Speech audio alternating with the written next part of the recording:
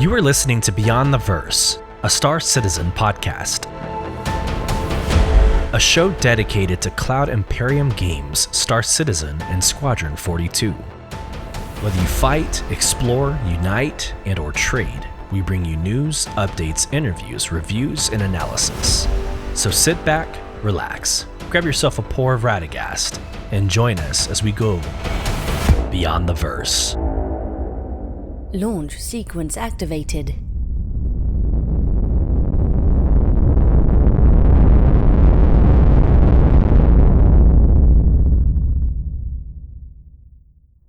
Hello, friends, and welcome to Beyond the Verse, Star Citizen podcast. I'm your host, Sulyce, and this is episode 77, the day of the Vara in Star Citizen. On today's segments, we will be talking about all things Halloween 2024, which, of course, in-game is called Day of the Vara, the October subscription promotions, the roadmap update, the Star Citizen monthly report, the ePTU, the Evocani PTU build for 324.2, and what's new in it and what we can expect, hopefully, the next couple of days or weeks when it comes to the live PU. We'll talk about reactions to the tech preview. I was able to dabble in that for the 24 hours or part of the 24-hour test. My reactions there, a little bit of CitizenCon news, and more. So welcome in. It's been a great week. For me personally, I haven't had to travel for work, and it's been quite peaceful. Knock on wood. So I've been able to actually be in game for a while, which is surprising and also embarrassing because I create a podcast for this game and I feel like I'm hardly ever in it. But it's been fun. I took a very chilled approach this week, and maybe this resonates with you as a listener. But I spent my entire time in my personal hangar. Now, I don't lay furniture anywhere because we know that that's broken and we need that to snap to grid and we need that to be a little bit more user-friendly. But I ended up taking like all my ground assets and parked them around the extra large hangar. Like I put my Nursa next to the medical bay, and I had some fun doing that. And so the way I have mine set up, and I'm going off on a tangent now, but the way I have mine set up is I've got my 890 jump sitting inside my personal hangar. Inside the front of that, I've got the 85X. Why does that not sound right? I think it's the 85X, the little like touring vehicle that comes with it. But I use that as a shuttle. So I shuttle from my personal hangar to Seraphim Station, and I have all the rest of my stuff at Seraphim Station. But it's kind of fun to come back, to a quote-unquote personal hangar. I digress. But time in the game has been fun, surprisingly. You would think that I would be in it a lot more than I am. But I hope this finds everybody well.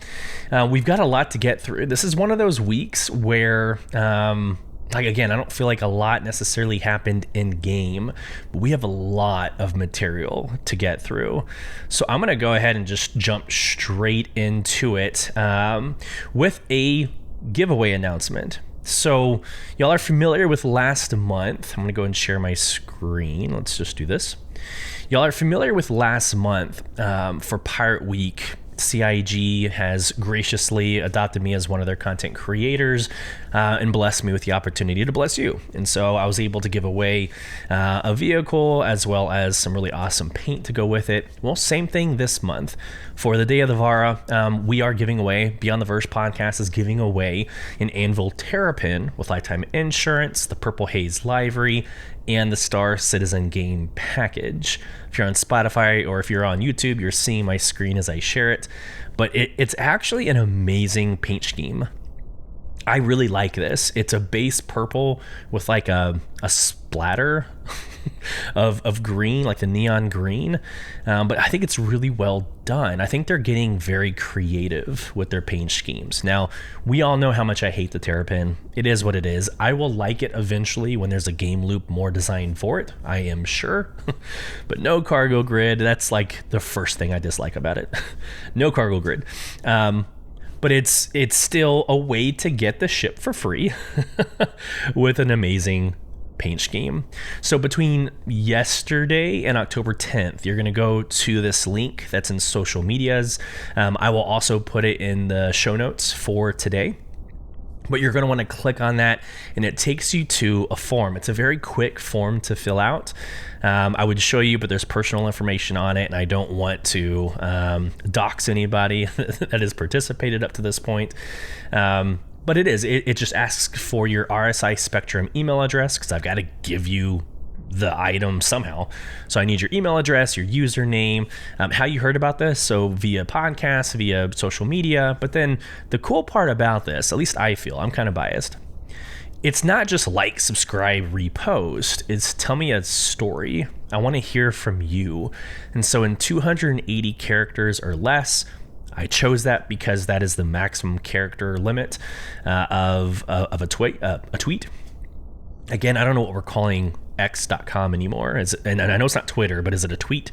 Is it a xeet? Regardless, it's maxed out at 280. So I wanted to emulate that. And so in 280 characters or less, tell me what is the most frightening memory you have had in Star Citizen, either done to you or that you have done to others.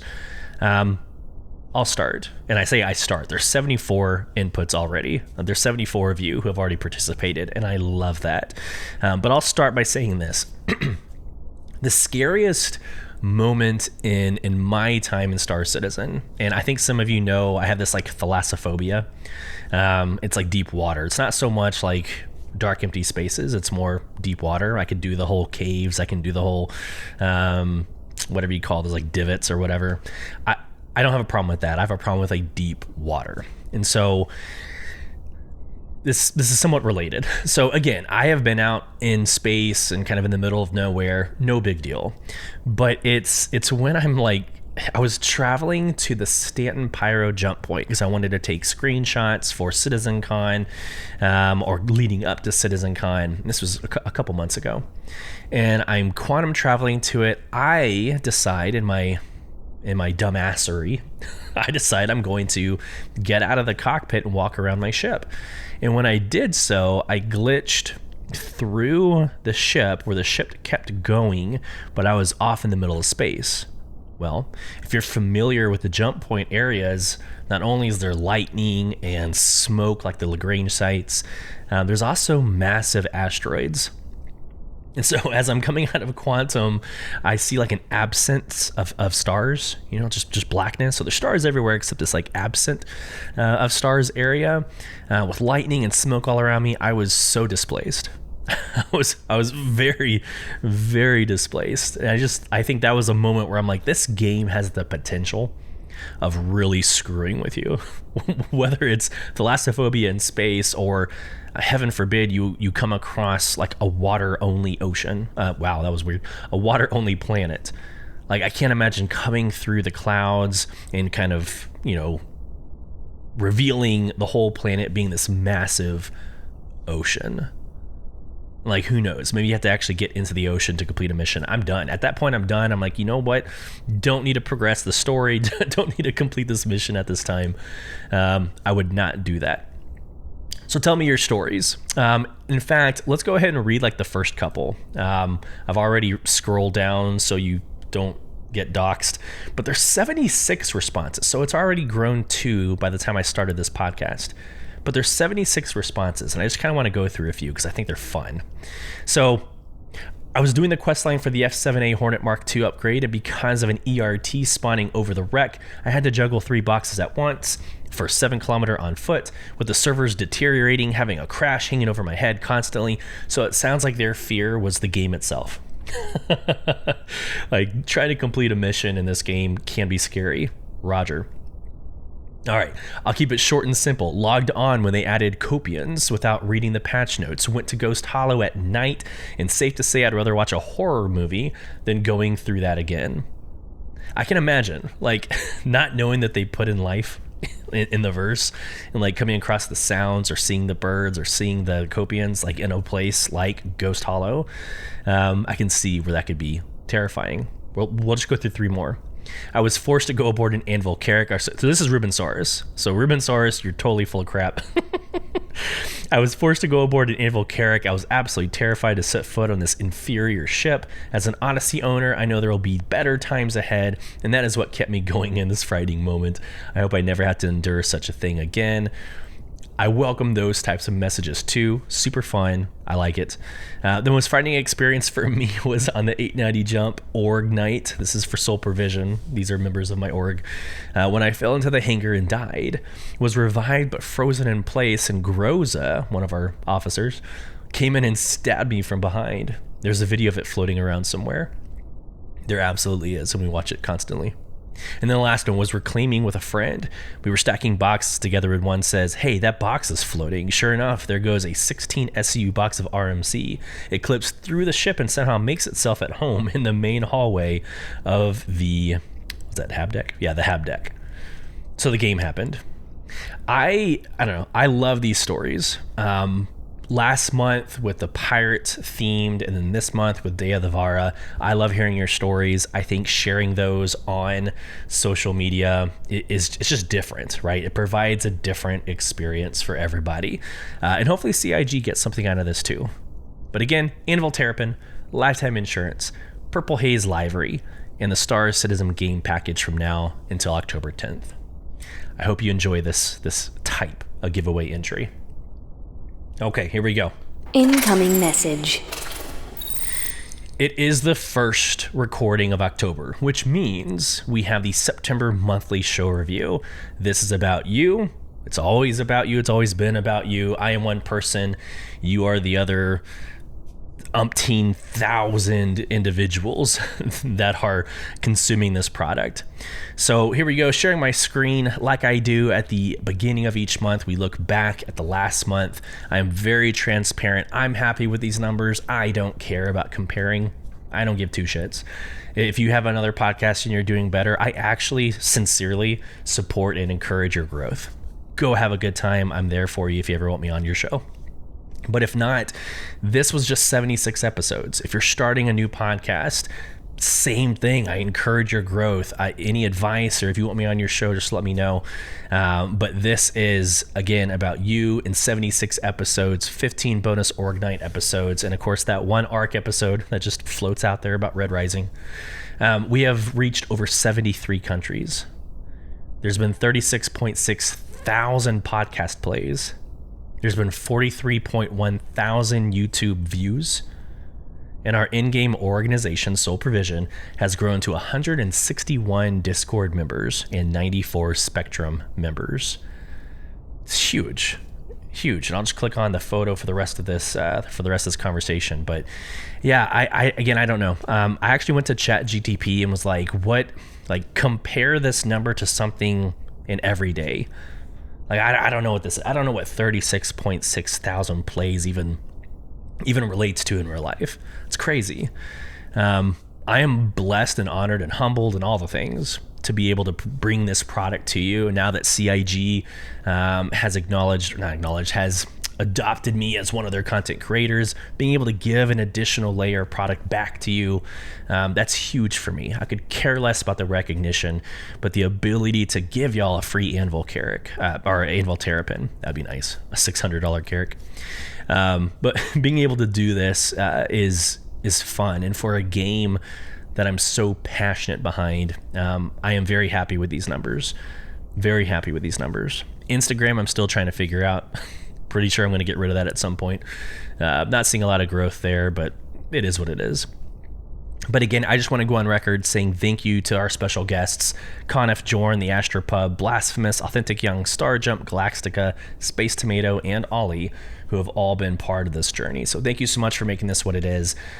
More importantly, thank you to the 615 followers on podcast, the 2,000 followers on Twitter that we just surpassed, which we're already at 2,040 and growing a couple days later, the 904 followers on TikTok, and the 700, almost 800 subscribers over on YouTube. So thank you so much.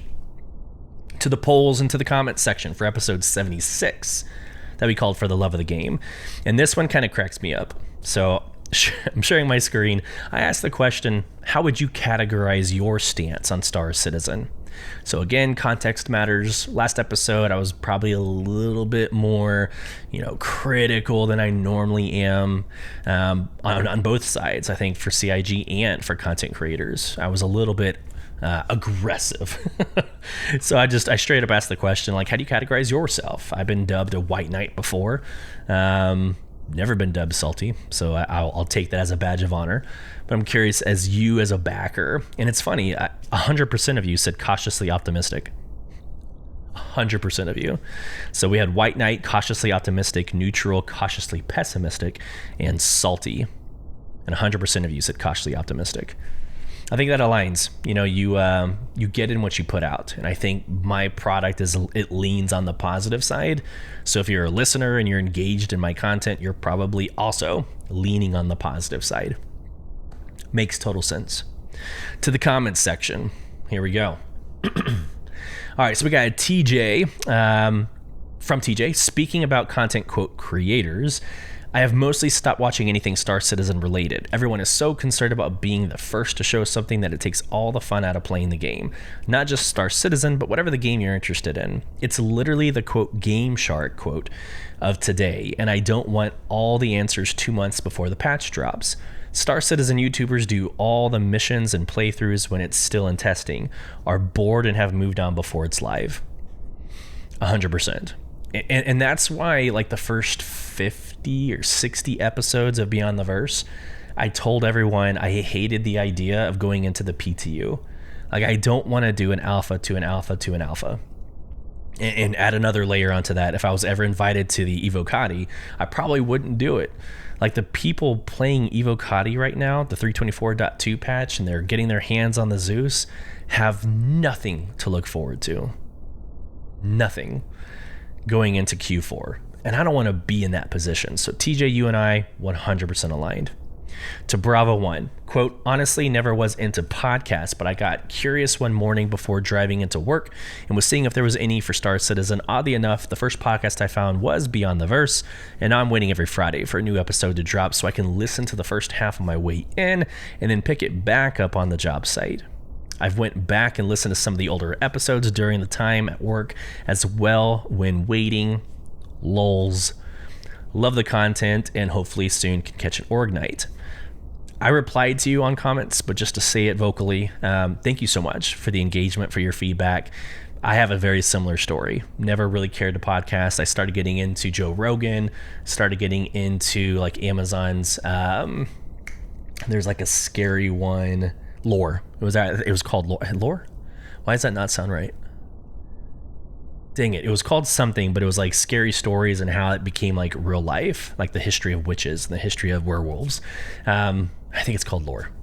But anyways, I started listening to that, but then got into video game podcasting. So right there with you, a very similar story. Let's go to Anna. I keep saying Anna. It is Anna.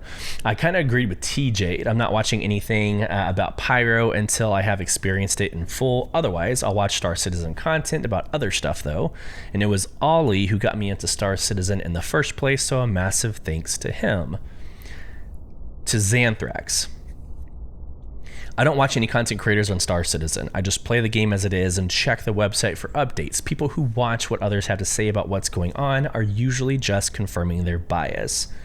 That is 100% correct. And even I just admitted to the same thing at the beginning of this. Like, I create content that leans positive. So people that follow and engage in my content are leaning positive. I don't see a lot of the alternative. I don't see a lot of the vice versa. And we're okay with that, right? At least we should be. I don't know. It's no different than any other thing in social life, right? Like if you're into baseball, you're going to hang out with friends that are into baseball, right? Football season, you're going to be hanging around people who are in football, or the right team. Like it's just human nature to gravitate towards those things. So I don't necessarily see that as a bad thing, but you are right in saying confirming their bias. Right? If you hate the game, you're going to try to... If you hate the game in its current state, but you're still engaged in like the next phases, you're going to lean towards those salty content creators. 100%. Wrapping it up with Dakota Riley, quote, as much as I love a good leak, and you definitely know this about me too, absolutely, I also don't like seeing it shared on YouTube when it's under an NDA. It can ruin experiences for people who are waiting for it to come out. and it breaks that agreement with CIG. Seeing EvoConi get into the hands of more content creators definitely has exacerbated the issue from before they were added. Congrats on the milestones for Twitter and the milestones of members on Discord as well. Great to see it keep growing. Yeah, I agree. So this individual kind of leads our leaks channel on Discord, which I appreciate, of course. They go into Pipeline, they get some intel from Pipeline, and they share it. Like I said in the last episode, I don't condone publicly releasing leaks, but if we're going to talk about it, it's better to have a safe space to do it that is gated so not everybody can see it than it accidentally going, to an audience who doesn't want to see it. So in my Discord, in Sole Provision, we do have a leaks channel, but you have to opt into it. You can get into it, read all the things you want to read, or not, or don't read it. So I think that's the right approach. I'd rather have it in a controlled environment than not have it and it just kind of permeate through the ether. All right, let's go to the emails, and then we will get into this week in Star Citizen. So here we go. We do have an email from Prime Entity, so thank you again as well.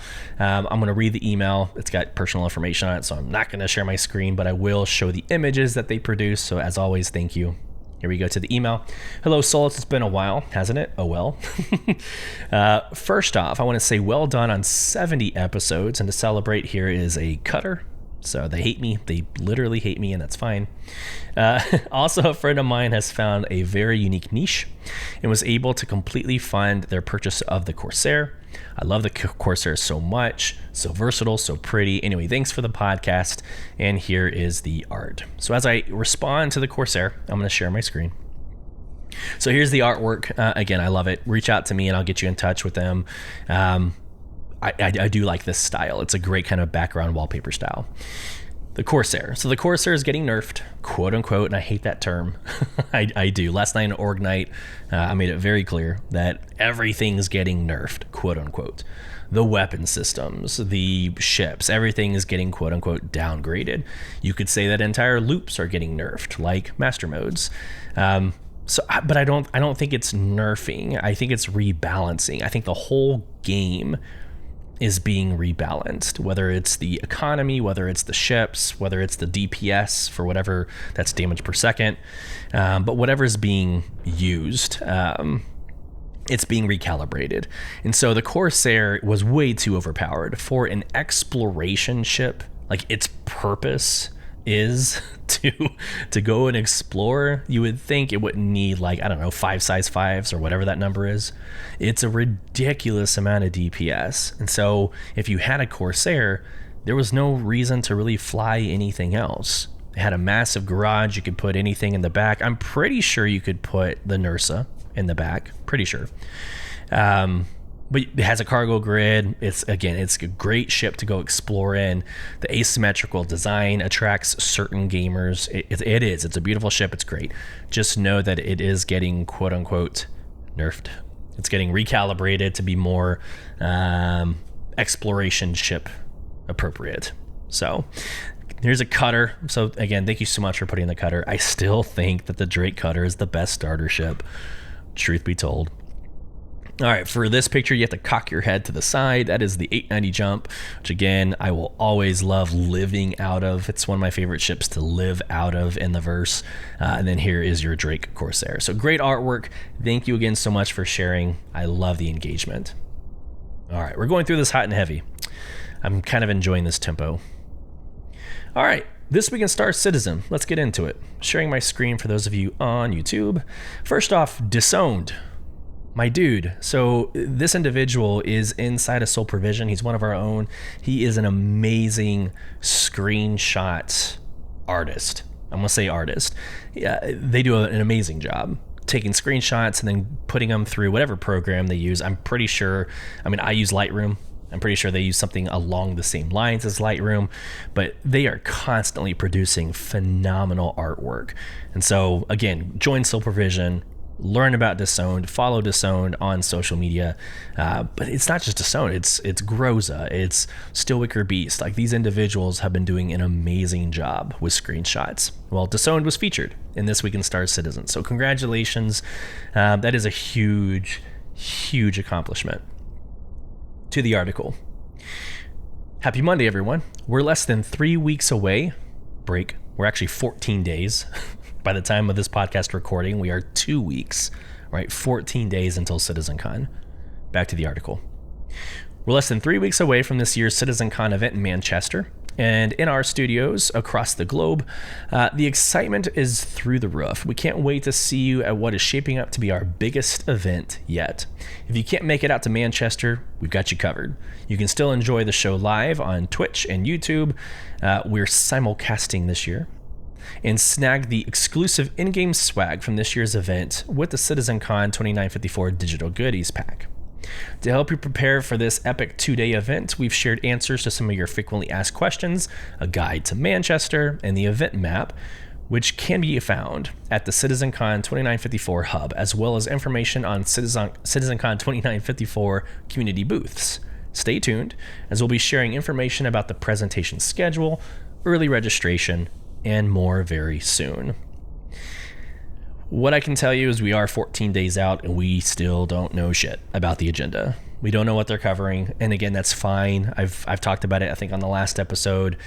It's okay. Like, I don't necessarily want the list too soon because then there's speculation. They might actually reveal something that they're talking about that will, again, uncover or maybe spoil something. So I imagine I can agree kind of holding off until the last second to release that agenda. So I have mixed emotions about that.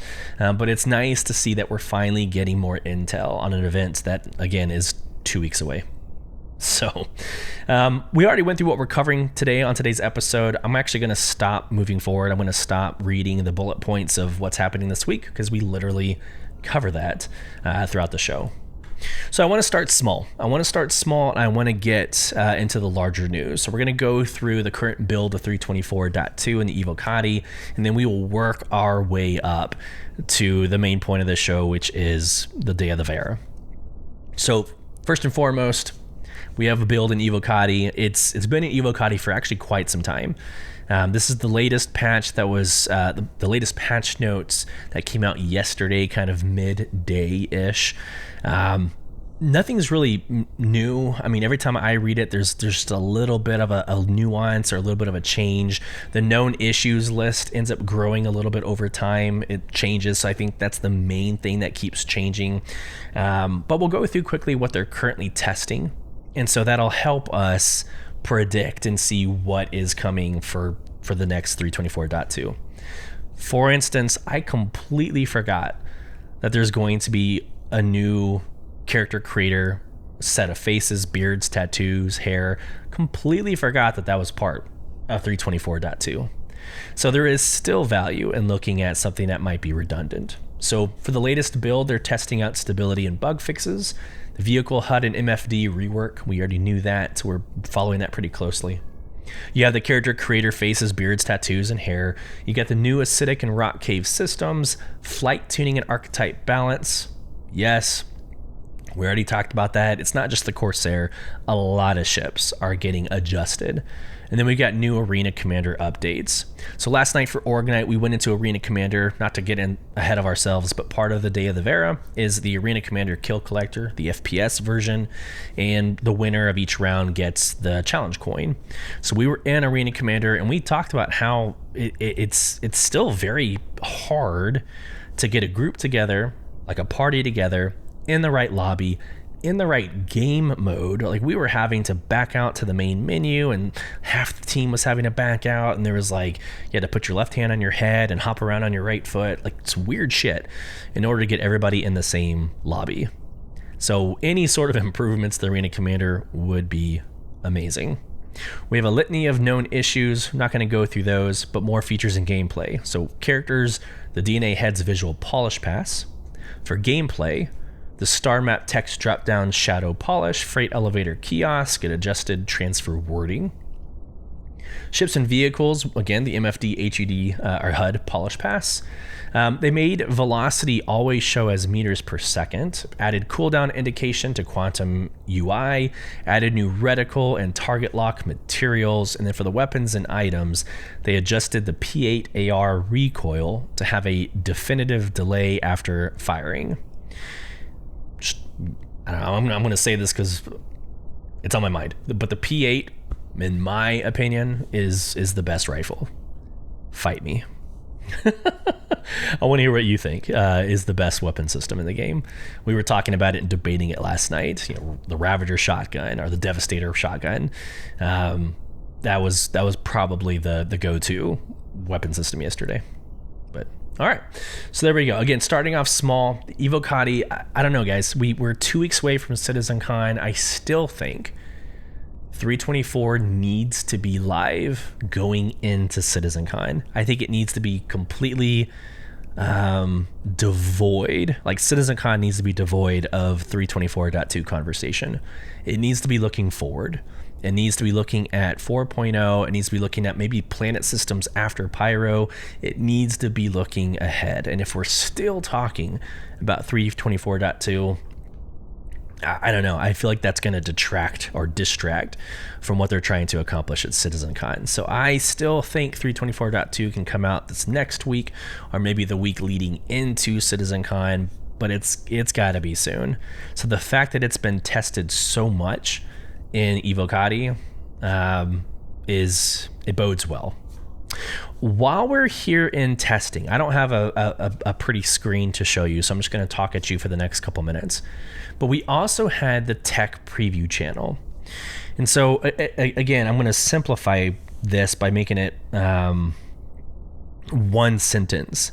But at the end of the day, they're testing out the back-end communication structure to go from just over 100 people per server to about 500. And that's like the first iteration. I could talk about the DGS to player cap ratio of 4 to 500 and explain to you what that is. At the end of the day, right? At the end of the day, we're just increasing head count, in Star Citizen.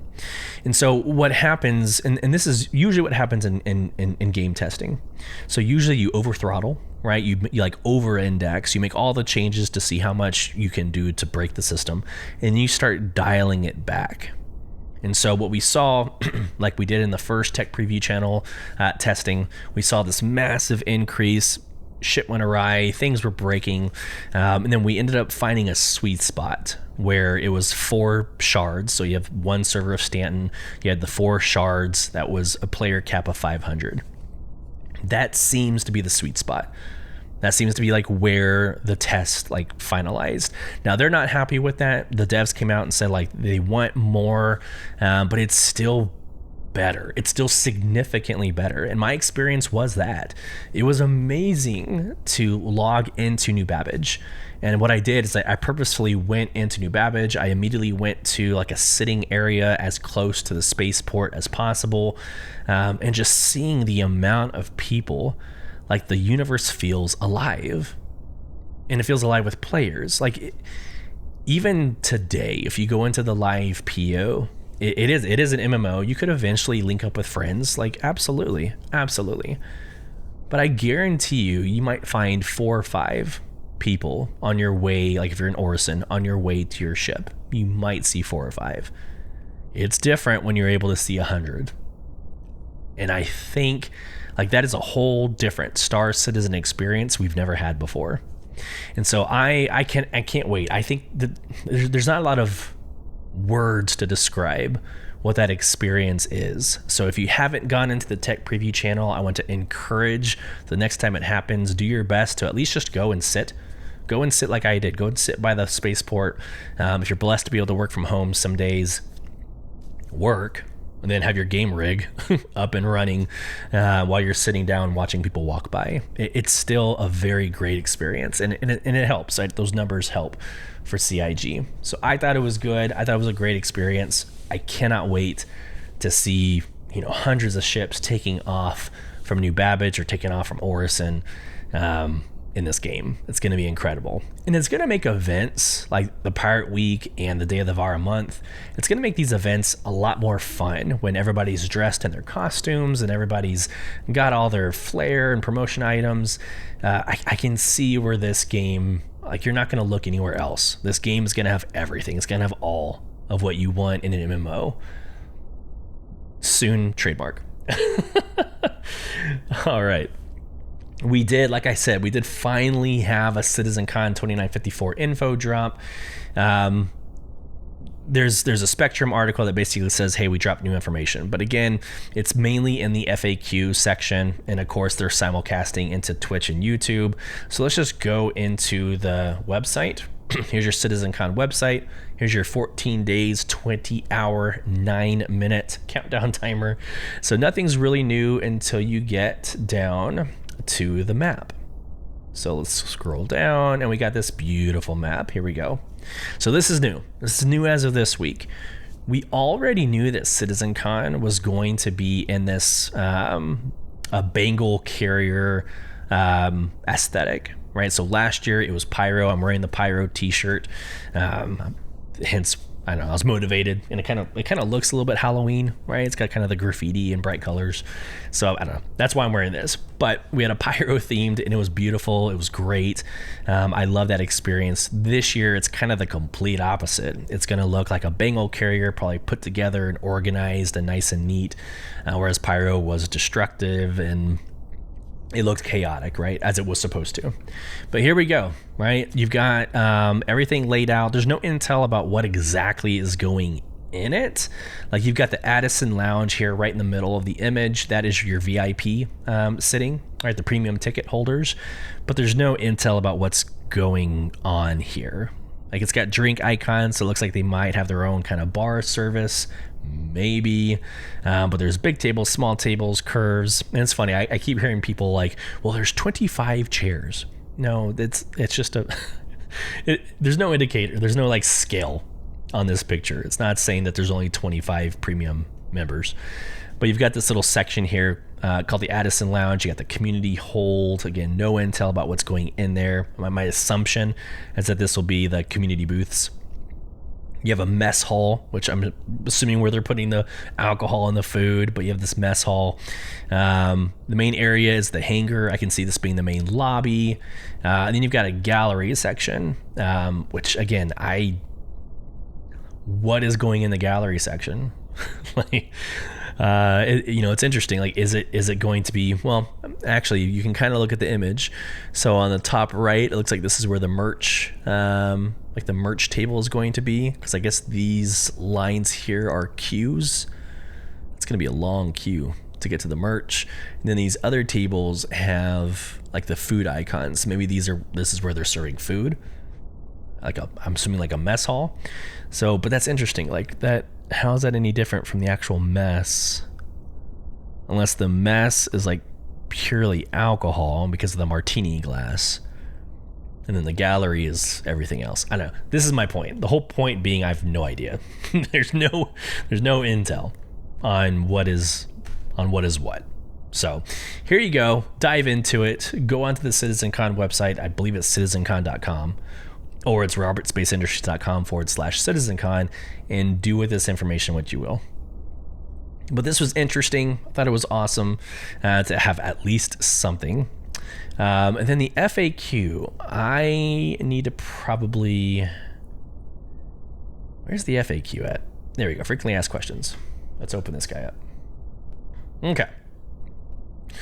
Dates and times. So they have just like the macro, high level dates and times. So it says like the doors open at 9, the event ends at 9 p.m. and there's not a lot in between.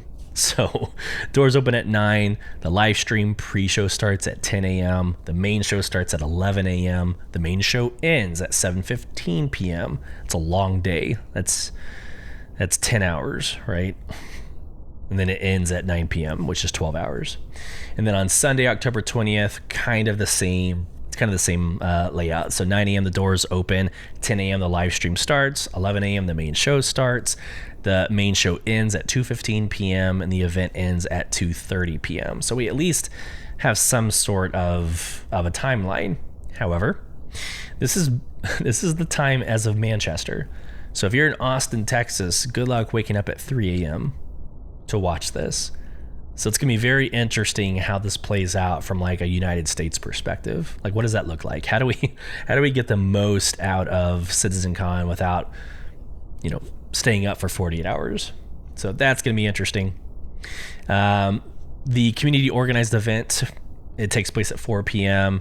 As far as like those of us listening on podcast and watching on YouTube, I don't necessarily want to go through everything that's happening at CitizenCon. You can find this information yourself. But there wasn't anything like groundbreaking. It has the link to where it's going to be live streamed. Are we allowed to rebroadcast on your own channel? Yes, of course. Which, again, if it wasn't 3 a.m., I would totally do it over on the YouTube channel. But I'm not going to be up at 3 a.m. Much love, but I can't do it. Yeah, and I think that's it. Let me just scroll through real quick, doing this real time. Everything else is very specific to where, if you're going to CitizenCon. Yeah, so let me just end it here. I'm still thinking about it, guys. It is only 2 days, so do I wake up at 3 a.m. and at least tweet out on it, or I can't imagine I would live stream it and be reacting to everything at 3 a.m. in the morning. But of course, my goal is to have the most information and share that information out on Twitter and everything else. I don't know what that looks like logistically. So stand by for that. I'm sure I will try to do something. So off to the roadmap roundup. I initially said there wasn't any surprises, but I think somebody said something to me that was very surprising, and I think there is a gold nugget here. So here we go, roadmap roundup. So, and I've got hair floating in front of my screen. That was weird. Okay, notable changes for October 2nd. In the release view, the following have passed their final review and have been committed for 324.2. This is not new. So the RSI Zeus Mark II CL, the RSI Zeus Mark II ES, and the MFD rework and new displays. So those are official for 324.2. We already knew that. And so I went on Twitter and I said, no surprise. Here you go. Here's the roadmap update. I'll see you all in 324.2. But Paul, the Astro Historian, commented on that tweet and said, hey, but what you didn't notice, or what could be a surprise, is that 4.0 was not delayed again. I think that's a very insightful observation. I think CIG has been very relatively transparent. I think about 4.0.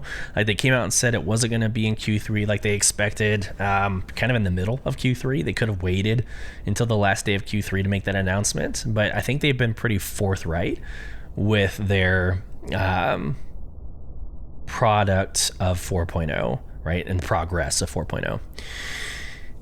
So the fact that it's not delayed, the fact that it's not something in here, and this is one of the last roadmap updates. We will get one more the week of CitizenCon. I'm assuming that we're going to get one more that Wednesday because CitizenCon is that Friday, Saturday, Sunday.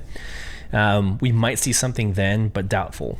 I doubt that they're going to do any sort of surprise days before CitizenCon. So I don't know, that omission, the omission of anything Pyro related, could be seen as a good thing. This is where my product leans right. It leans to a positive, right? I think this means that they're on track. They're seeing good updates from the tech preview channel. And sorry, for those of you watching on YouTube, I'm like, my mustache is killing me right now. Don't know why. I totally digress.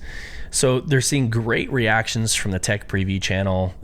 Good product there. Went from 100 to 500, pretty stable. The back end systems are working, at least almost. They're not capping out at 1,000 or 2,000 head count. They're counting out at 500, which is still an improvement. We could still have a semi-release of server meshing with Pyro in Q4, and it might not be up to their optimization. It might not be up to 1,000, 2,000, however many they want, but it very well could be like a pseudo release. And the fact that it's omitted, the fact that it's not discussed here in the roadmap update is promising. I don't know, how do you see it? If you're listening or viewing, leave a comment, whether on YouTube or over on Spotify. I'm curious how you think we should perceive this roadmap update. I think it's a good one. I will always err on the side of positivity. Why else? There's nothing else to look forward to if you don't. Okay, we are just now in subscriber promotions. Like I said, there's so much to discuss on this episode. So subscriber promotions. This is my time of the year, guys. This is it. Like, and it's been enhanced since having kids, right? Like, you're almost like living vicariously through your kids at this point. But like Halloween, straight into Thanksgiving, straight into Christmas, like Q4 is my thing. And it starts out with Halloween.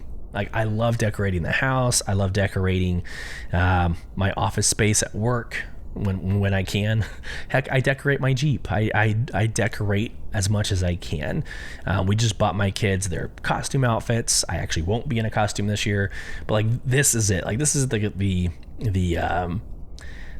culture or the niche that I'm really into. Like, I love the idea of decorating my personal hangar and making it seasonal. Like, I think World of Warcraft did a really good job of that. It'd be, the December holidays, and you would log in, and Stormwind would be covered in lights and festive trees and everything else. So I'm happy with this month's subscription promotions. I know there are those of you who are listening. I know there's members of my organization who are not happy with spending $20 a month and only getting these items. 100%. Like, we can absolutely debate on like the money, like the value proposition of that $20, 100%. But if money is not a factor, I love the cosmetics of this month.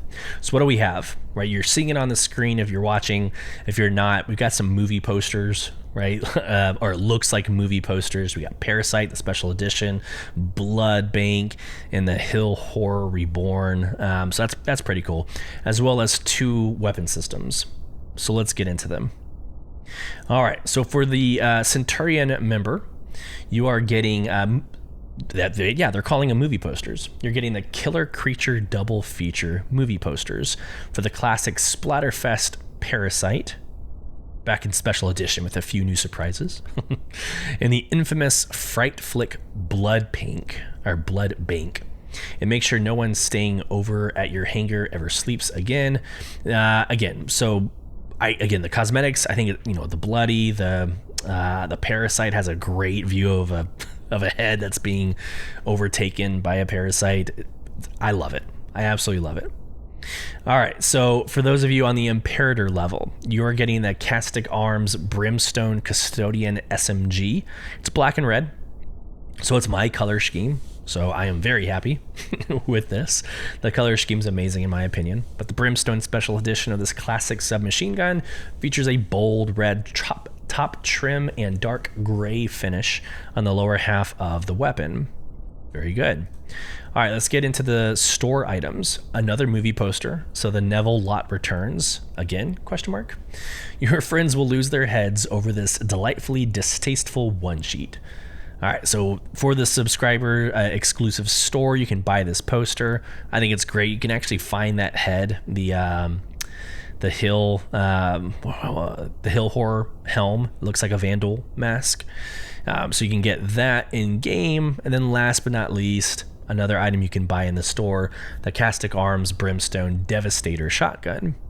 The Brimstone Special Edition of this powerful shotgun features a bold red top trim and a dark gray finish on the lower half of the weapon. So the exact same color scheme as the other weapon, but of course the Brimstone Devastator shotgun. All right, let's talk prices. If you aren't a subscriber and you wanted to buy these outright, you've got the Killer Creature double feature is $4. The Custodian Brimstone SMG is $5. The store-only Hill Horror Reborn movie poster is $2. And then the Devastator Brimstone shotgun is $5. As always, you got vehicles of the month. I swear CIG hates me. This month, man, it's everything that I dislike. It's Drake, like the Drake cutters, and then the free ship giveaway was the Anvil Terrapin. What a phenomenal month for me over here. But you've got the cutter, you've got the Cutter Rambler and the Cutter Scout, all available for subscribers. The Rambler and the Scout are only available to the Imperator subscribers. So there you go. Yeah, I don't know. What are your thoughts on the cosmetics? I think I think the movie posters are nice. Again, we need grid locking, we need snapping, and personal hangers. It is damn near impossible to hang things up in your hanger without it clipping through the wall, through the floor. So I still have yet to put furniture in my personal hanger. My kids are home, so you're hearing them yell. All right, here we go. The namesake for today's episode, Day of the Vara. All right, I am going to be sharing my screen the entire time we're talking about this. But again, one of my favorite times of Star Citizen, because this introduces Q4 for us. It goes from this event to IAE, which is a ship sell of 100% of the ships that are in the game. It's it's just like Invictus Launch Week, but Invictus Launch Week is specifically military vehicles. IAE is everything. So pro tip, I would wait to buy any ships. Even what you're seeing here in today's event, or the Day of the Vara, I would wait until IAE. Just wait one more month, because your packages, your discounts, your 120-month insurances, those are all available next month. So just hold off, in my opinion. But you've got IAE going into Luminalia. Luminalia is the December event. Like, I don't know. This is it for me. I love everything about Star Citizen going into the next couple months. Day of the Vara is their Halloween event. I mean, there's no other way to really describe it. There's pumpkins. You can see on this video that's showing on the screen.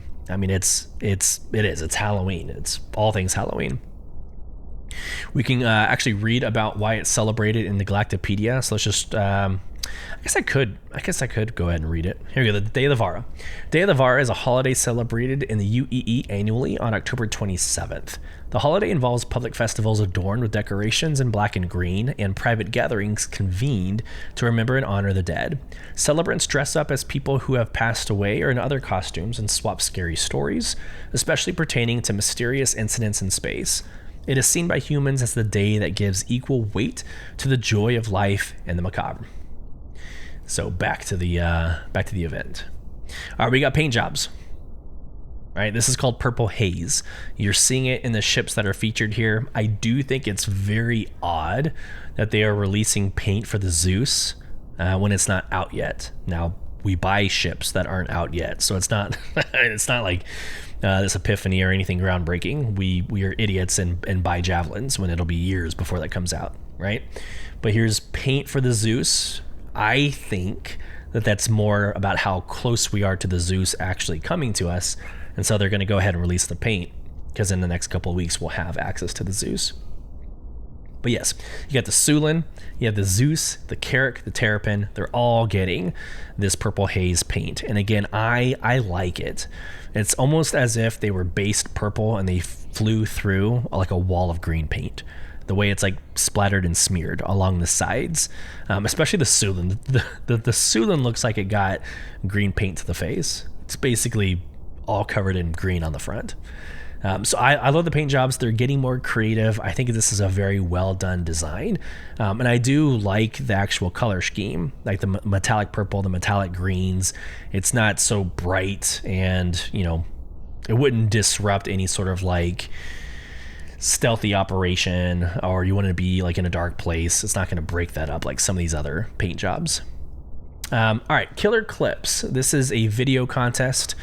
Do you have the chops to slice and dice in-game footage into the ultimate 1980s style slasherama? Create an original machinima in the style of the gore fests of yore for the chance to win prizes and scare the space pants off of the entire community. We'll go through some of those contest notes here in a little bit, but you got a video contest, you've got a pumpkin carving contest, and you've got I thought there was a screenshot contest. I don't think so. I think it's the video contest and it's the pumpkin carving contest. All right, face off. Day of the Vara pranksters have stashed super scary monster masks in loot boxes scattered across Stanton. If you can locate all 6 flavors of the Fieldsbury Dark Bear helmets, or both of the Hill Horror Neville lot masks, or the Vicious Snarling Vandal mask by November 1st, not only will you have a very scary mask collection, you'll also receive the coveted Spooktacular Spectrum badge. But if you get tricked and can't find a set, there's still a treat for you. If you find one of the 9 helmets and you didn't already have that one, you'll find it waiting for you in your web hanger after the event ends. Just waiting and watching, always watching. My best advice here, I have found all 9. I have. The best advice here is to take the base level mercenary missions that take you to the bunkers and just go bunker to bunker, right? Kill everybody in it, loot their bodies, whatever. But it's the red crates that have these masks. So there's delivery missions that'll do it. I personally like going to the bunkers. You end up getting more red boxes to be able to loot. So again, I would recommend doing the base mercenary missions and going from there. Cool. I think that's it for that topic. All right, so I already alluded to this. Arena Commander, the Kill Collector FPS mode will grant you access to these 2 coins, and they are specific. They're dated, right? So 2557 to 2954. So you might have gotten last year's coins. I think this was a lot. I know they've done coins at Arena Commander before. I'm pretty sure for this event as well, but they are dated. So if you already have one from last year, go do it again, so you can get the 2954 one. We had 5 members of Soul Provision last night get theirs, so congratulations to those 5. We'll more than likely be at it again tonight. We have another kind of, a secondary org night that's happening tonight that I'm leading. So we'll probably be back in it for that purpose. And that's it. There's limited packs. I don't know, if you want to spend $1,100, you can get all the ships with all the paints. I don't know.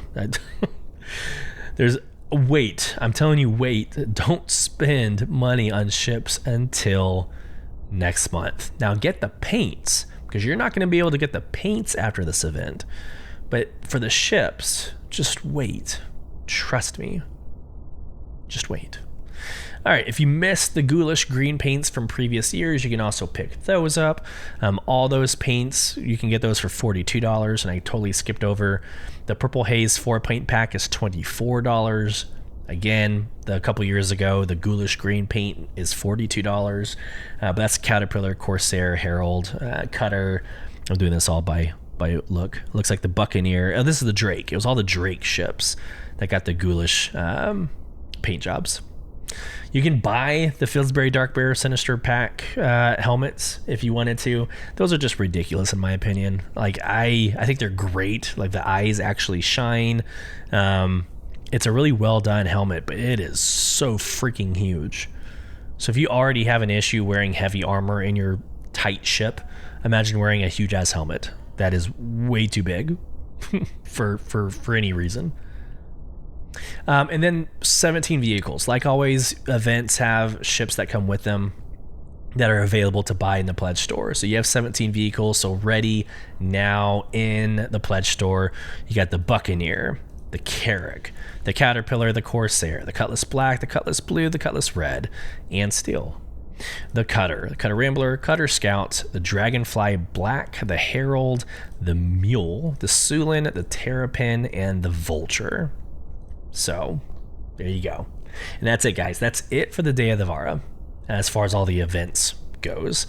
And if you need an organization to join to do all this, like this is going to be a really fun month for Soul Provision.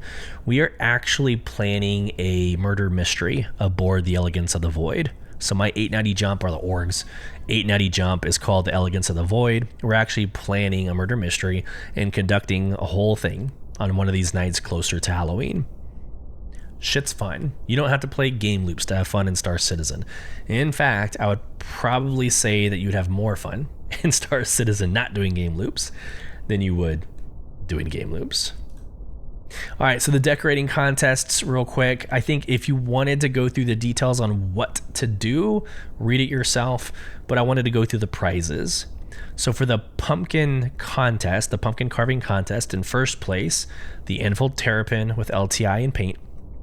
In second place, the RSI Zeus with LTI and Paint, which I would much rather get the Zeus than the Terrapin. And then in third place, the Sulin with LTI and Paint. So those are your rewards for doing the pumpkin carving contest. And for the video contest, those prizes in first place is the Zeus Mark II LTI with Paint. In second place, the Anvil Terrapin with LTI and Paint, and the Sulin with LTI and Paint.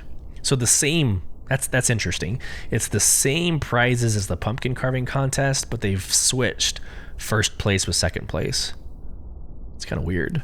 It's almost like they intended one to be in first and the other to be in second, but they didn't copy it from one event to the other.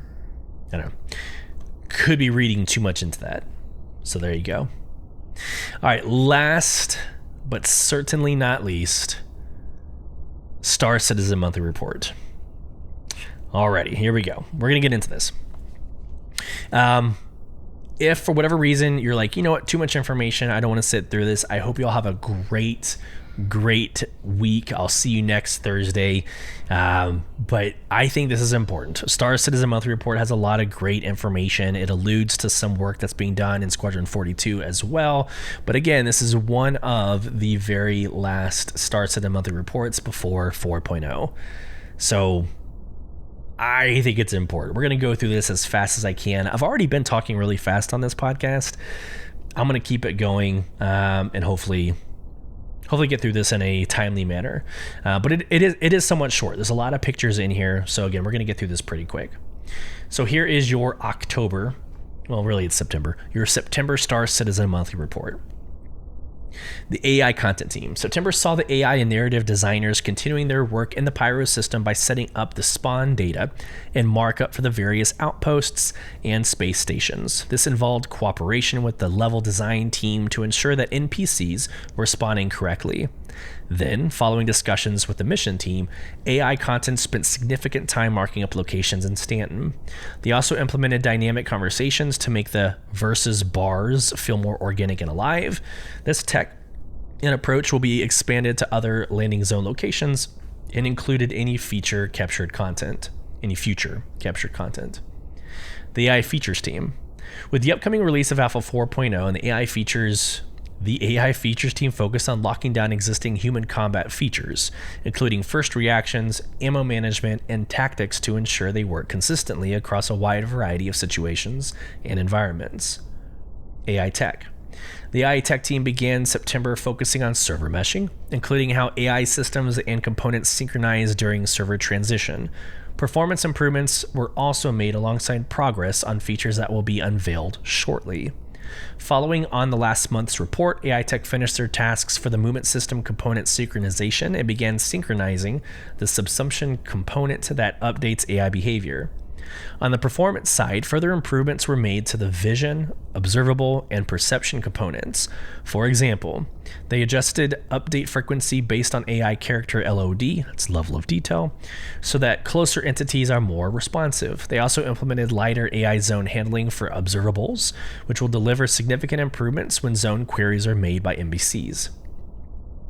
Finally, for AI Tech, the team updated AI ship reinforcement functionality, adding support for planetary navigation, cost volumes, and navigation exclusions. The AI Game Intelligence Development Team. The Game Intelligence Development Team spent the month working toward the release of StarScript 1.0, with the main goal of improving how the tool feels to use. For example, how the devs zoom in and out of how text becomes visible or hidden at certain levels. They're also optimizing the search speed of the main smart browser and drawing of the graph view. Here's some pictures for you to look at later. Animation.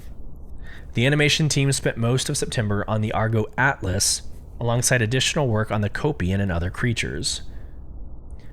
Characters art. In September, the character art team progressed with the utility and specialist armors, new heads for the character customizer, and tasks for the IAE event. Meanwhile, the character concept art team continued exploring fauna. The ship art team.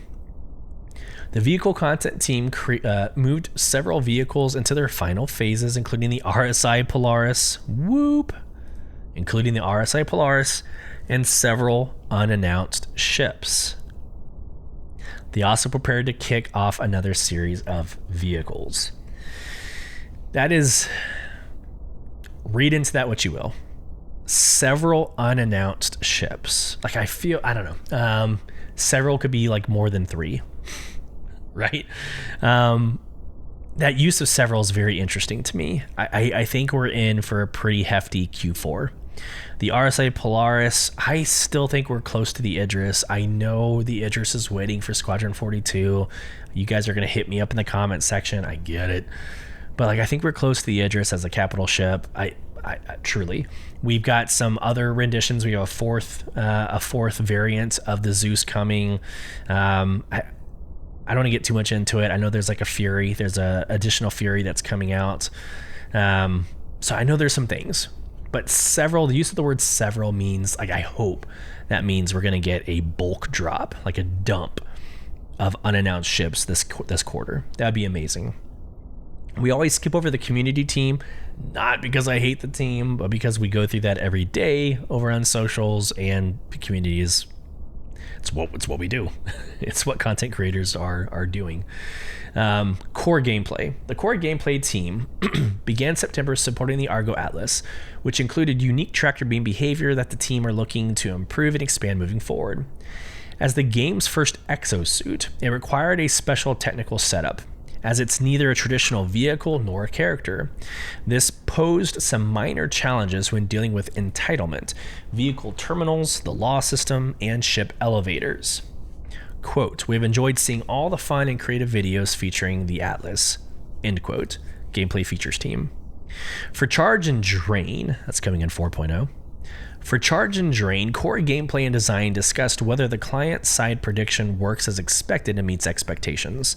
From this, they improved how connections between the multi-tool and resource containers are handled, ensuring they correctly deal with edge cases and multiple targets. Mission support continued too, including state changes based on resource container occupancy. Bioaccumulation progressed too. That is a word. Bioaccumulation progressed too, with improved support for wetness visualization and iteration, including a new debug tool for degradation. The team then continued converting markers to use the entity subscription service, which will support markers at server boundaries when required. September saw further work on jump points, including improvements to tunnel wall forces and the failure behavior. The team also expanded various designer-controlled values to better control how the jump point opening and traversal sequence is triggered. Alongside this, improved visuals were added at the tunnel exit. Gameplay-wise, jump drives now use quantum fuel in the tunnel. Fuel requirement is per jump, though each drive has an efficiency multiplier. And IFCS now takes time to come back online after a jump. Improvements were also made to the camera and screen effects code, while various stability, flow blocker, and performance issues were dealt with. Jump points are currently with QA for testing. Numerous bugs were fixed for the resource network and engineering, including some relating to deleted entities not being removed correctly from the resource host. The devs solved issues where items with minimum power requirements were not correctly assigned power as part of the default presets, and fixed items with incorrect components being added to resource networks, which could result in later crashes. Work began on item box out bindings. When clicking on items, a 3D panel view will open with its details. The team also improved the item destruction and repair behavior. When implemented, when a player destroys an item, it will be removed from the network and added back in if repaired. Player set values for on-off and throttle will persist through death and repair too. Progress continued on radar and scanning, including delta signatures. This includes a temporary AR marker that will show when detecting a delta signature. If the contact is pinned or locked, the existing AR marker updates temporarily. New UI bindings were added to enable the designers to customize the player-facing UI. In related development, the radar jammer will now prevent scan waves, while FPS radar and scanning went through various rounds of playtesting and reviews to improve the overall experience.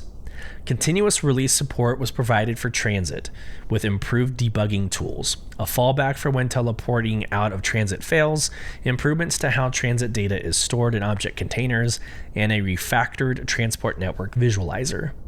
The team also implemented off alerts for weapons, coolers, radars, thrusters, and quantum drives, alongside misfire alerts for power plants, weapons, thrusters, and shields. For Maelstrom, the devs provided support for the triggering of particle effects, alongside adding support for cinematic sequences and marking parts as critical. When a critical part reaches zero integrity, the whole object will be disabled or destroyed. In the future, this will tie into the resource network. The mission system refactor mentioned in previous reports continued throughout September. Now, missions can be played through to completion using the full mission service implementation, while medical and rescue service beacons are functional using the new system as well.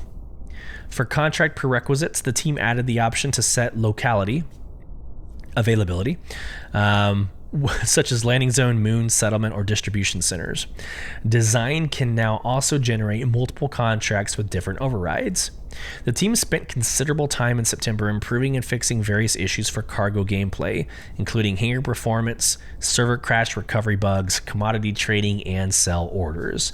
The team is currently assessing how the development and delivery of Alpha 324's cargo features went, including quality of life improvements they'd like to implement before taking the next steps. That was a long entry. The economy team continued their ongoing work on Pyro and began implementing some of the balance changes mentioned in previous monthly reports. The landing zone team continued to push toward Alpha 4.0, polishing and optimizing content, and supporting the design team and making Pyro as distinct as possible. Mission design continued working on location repair missions, moving some of them into a handyman archetype. They also reviewed the Blockade Runner global event, looking at future tweaks and fixing an issue preventing some ships from being filled with cargo. This was due to a race condition with how cargo is spawned in the game code. Further tweaks to cargo hauling missions were made, including the possibility of removing negative reputation hits for abandoning the mission while keeping punishments for failing. Yes, let me just break real quick. That is huge. There's so many issues right now with cargo hauling that I have friends in Sole Provision that can't even get the base quest anymore because they're so far negative from the mission abandonment. So that is going to be huge. So yes, the possibility of removing negative reputation hits for abandoning the mission. This one's hard for me. Real life happens. This is just kind of holistic here. Real life happens. Like, I've got kids. If I'm in the middle of a mission, heaven forbid it's timed, but if I'm in the middle of a mission and all of a sudden my kids need me, or I need to back out and close the game down because of a work escalation, like, it sucks to be right in the middle of something and then you get hit so hard in your reputation for abandoning a mission. Now, I know I'm a use case. I'm probably an edge case in that sense. So it's hard for me to balance what should happen if you abandon, for any reason. I think there should be a punitive action. I think there should be like a negative effect. But man, I mean, it really does suck to not be able to play an entire game loop at some point because you might be raising two little kids. Back to the article. The mission system refactor continued, which includes over 1,700 mission records for standalone. Part of the refactor is streamlining content setup so that the devs don't have to manage that number of records going forward. This refactor won't change how players interact with missions or change gameplay. It's predominantly a back-end refactor to ensure everything works with server meshing. Work also began on an improved new player experience that accommodates more fundamental game mechanics. For example, teaching players about item banks, freight elevators, and respawn flow, or the respawn flow, component repair gameplay, master modes, and more. Just a few more updates. The narrative team continued their support for Alpha 4.0's upcoming missions. They also provided text for a, quote, a really exciting upcoming mission, end quote. The narrative then supported characters by reviewing the costumes for Pyro's NPCs to ensure the various groups feel narratively consistent and appropriate for the location. There were extensive meetings with the branding and environment teams to talk over some of the environmental set dressing for upcoming areas. The team also released a new Lore Makers, where they answered community questions from the forum, a Whitley's Guide that explored the history of the Asperia Prowler, and another batch of Galactopedia entries. 3 more. Online technology. The online service teams began September working on features for Alpha 4.0, including the updated mission and marker system. Tasks also included Part 2 of the backend social services refactor, which replaces some older diffusion services with the gRPC services and adds quality of life updates. The second half of the month involved design work for new services. Live Tools kicked off a new feature to provide better access management to hex based on various user permissions. Ongoing work involves enabling the ability to display inventories in the Network Operations Center. Through September, the networking team prepared to bring server meshing to the PU. That's me clapping. Quote, this included a new series of tests in the tech preview channel, where we're pushing our player counts higher than ever to stress the system and rapidly iterating with performance improvements and bug fixes. End quote. They also supported the various gameplay teams, helping to get their features server meshing ready and improve the robustness of authority transfers between servers. The user interface team focused on multiple screens for the Pyro system, while continuing close collaboration with the core gameplay pillar on jump points and the resource network. They also reworked each manufacturer's vehicle HUDs and MFDs, giving them unique colors and a new layout to reduce screen clutter and improved usability. Additionally, the team streamlined the multi-tool UI to be more straightforward without the need for floating elements. And lastly, the visual effects team. Visual Effects continued their tasks for jump points and supported the vehicle, weapons, and locations team with a variety of deliverables, including the Argo Atlas and the RSI Zeus Mark II. Wow. That is a lot of information. It is. It's a lot of information. I feel like it's shorter than previous ones, which is promising. They're wrapping up. They're getting ready for CitizenCon. This is all about server meshing in 4.0. This is going to be a very, very busy quarter for everybody. And a busy quarter for me, which means a busy quarter for you as a listener. There's a lot going on. We're going to start recording the Organites again. There's some really, like the murder on the Elegance of the Void is going to be an incredible experience. I'm looking forward to it. Regardless if we 15K, it's never been a 15K. Regardless if we 30K and everything ends halfway through, it's still going to be a really good time. So I'm looking forward to all of those events this month, IAE next month, Luminali in December, this CitizenCon in 2 weeks. I can't wait to do this with y'all. And I hope y'all have found a home, or at least a resource, to get a lot of your information here at Beyond the Verse. I hope this finds everybody well.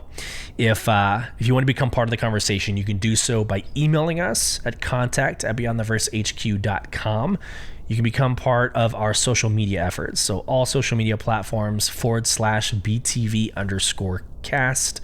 You can join our in-game organization. It's Sole Provision at www.robertspaceindustriescom/orgs/provision. We are also over on YouTube. So if you're watching this in a little tiny screen on Spotify, go check us out over on YouTube. We're almost at 800 subscribers. I would love to see that to continue to grow, so we can continue to grow the channel as well. And that's / the @ symbol, BTV_cast. Again, I hope this finds everybody well. Have a great start to your October. Safe travels as you traverse Beyond the Verse. Take care, everybody.